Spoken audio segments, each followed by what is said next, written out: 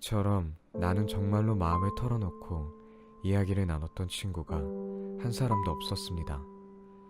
6년 전에 나의 비행기가 사하라 사막에서 고장나기 전까지 말입니다. 비행기의 고장은 기관 하나가 부러진 것이었습니다.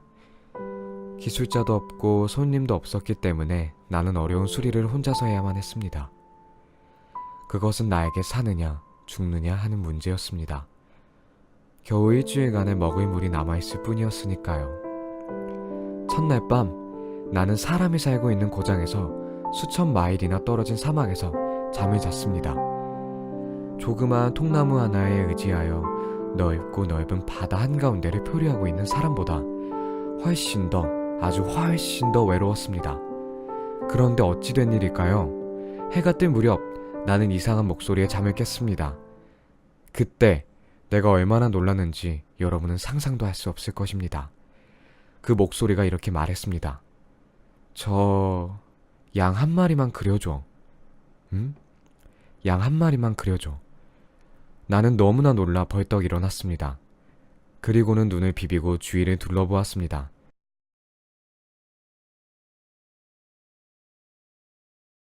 거기에는 이상하게 생긴 작은 사내 아이가 나를 뻔히 쳐다보고 있었습니다. 이 그림을 봐주십시오.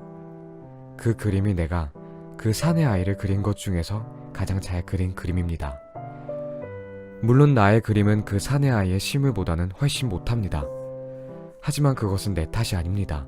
6살 때 어른들에 의해서 화가가 되려던 나의 꿈을 버린 후로, 그러니까 보아뱀의 안쪽과 바깥쪽의 그림을 그린 후로는 그림이라고는 전혀 그리지 않았기 때문입니다.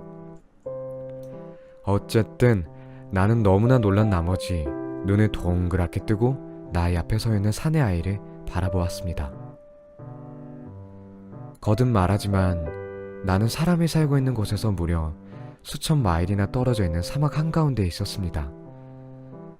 그런데도 그 사내 아이는 길을 잃고 헤매는 모습도 아니고 피로에 지쳐 보이지도 않았습니다. 배가 몹시 고픈 것 같지도 않고 목말라 하는 것 같지도 않았으며 무서워 떨고 있는 듯한 모습도 아니었습니다. 어디를 어떻게 보아도 사람이 사는 곳에서 수천 마일이나 떨어진 사막 한가운데에서 어찌할 바를 모르고 있는 아이로는 보이지 않았습니다. 한참 후에야 나는 겨우 입을 열어 사내 아이에게 말했습니다. 그런데 너 거기서 무엇을 하고 있니? 그랬더니 사내 아이는 아주 중요한 이야기라도 하는 듯이 천천히 되풀이했습니다. 저 양 한 마리만 그려줘. 너무나 이상한 일을 당하게 되면 누구나 그것에 따르게 되나 봅니다.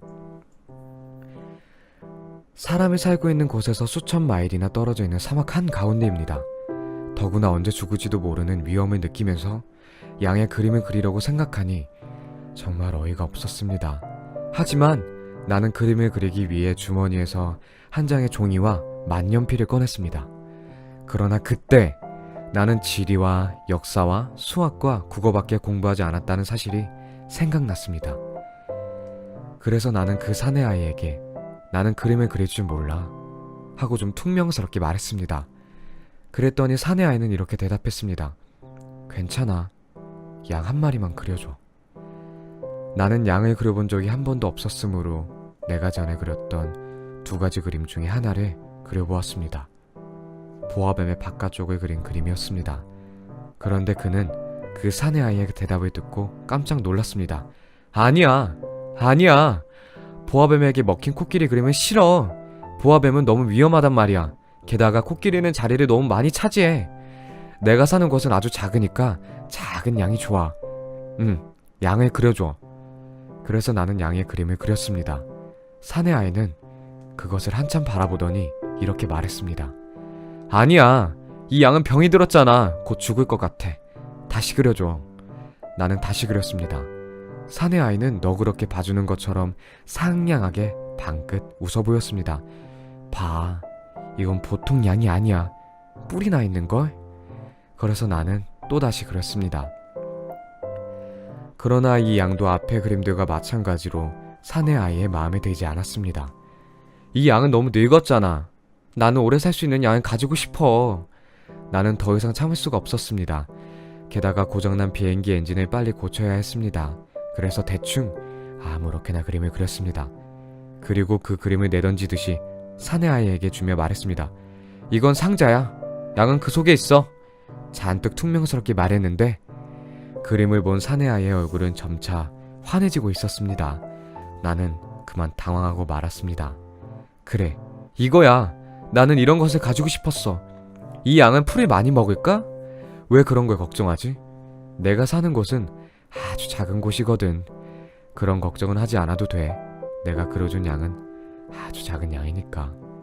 사내 아이는 고개를 숙여 그림을 들여다보았습니다.